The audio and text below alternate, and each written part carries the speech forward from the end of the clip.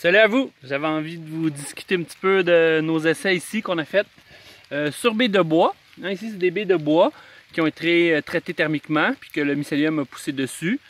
On les a mis en place en 2018. Ici, j'ai mon étiquette là, avec ma souche. Donc MF, c'est ma souche. B pour des petites bûchettes. C'était à l'époque que je faisais des petites bûchettes. Aujourd'hui, on fait des beaucoup plus grosses bûchettes là, pour avoir plus de rendement. 2018, vous voyez ici. Donc, je les ai mis en place en 2018. Puis, regardez juste, la première juste ici n'a pas encore produit non plus. Hein? Donc, ça fait quand même un petit bout. Ça a commencé en 2021. Lui ici, il a commencé à produire en 2021.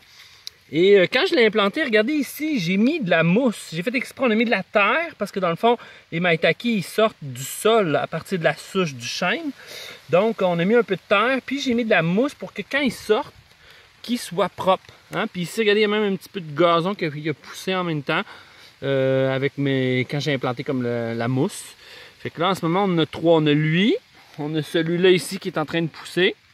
Puis on a un autre petit bébé juste ici à côté. Là. Il y en a un qui sort même comme à côté de la bille. C'est spécial, par le sol. Fait que vous voyez, ça a quand même son importance. Ici, celui-là, il y a des petits endroits ici autour là, qui manquent de mousse. Donc, ça fait qu'il va y avoir un petit peu plus de terre. Ça va être un petit peu plus difficile là, à nettoyer. Fait que c'est ça, je voulais vous montrer un peu comment j'avais fait. Puis que ça prend quand même du temps, là, la culture de maitake sur baies de bois. Mais c'est quand même intéressant parce que c'est la deuxième année. Donc, je me dis, si on fait des baies plus grosses, on pourrait arriver à quelque chose qui ne serait pas vivace, mais qui pourrait durer là, plusieurs années subséquentes. On le sait qu'un maitake en nature, il peut produire vraiment pendant plusieurs années.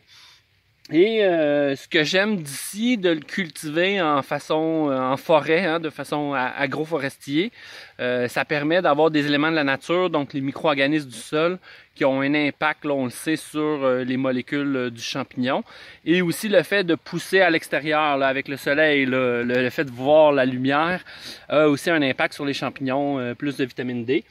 Donc voilà, donc assez content quand même. Hein. Des fois, ça démontre qu'il faut être patient, ce qui n'est pas toujours évident. Mais c'est ça qui est le fun de faire des essais comme ça ici. Ça nous permet de voir là, différents systèmes agroforestiers qu'on peut mettre en place. Donc celle du maitake, je trouve ça intéressant parce qu'il sort souvent au mois de septembre, mais là on est encore fin août. Hein? On va avoir pratiquement eu toutes nos volées là, de maitake. Il en reste quelques-unes par contre, c'est vrai, pour certaines souches. Donc c'est pour ça qu'on teste différentes génétiques pour voir si on pourrait pas arriver à décaler dans le temps, avoir des maitake à partir, par exemple, qu'on ferait en milieu forestier, à partir de mi-juin, comme on a eu notre première récolte, étendre ça jusqu'à peut-être fin septembre ou quelque chose comme ça. Donc ça serait vraiment intéressant.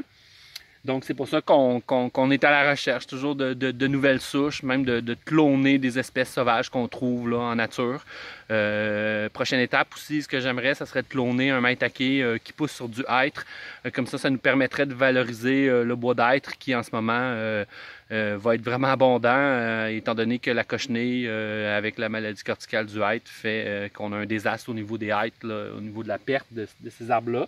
Donc, on pourrait le valoriser là, avec une production de maitake.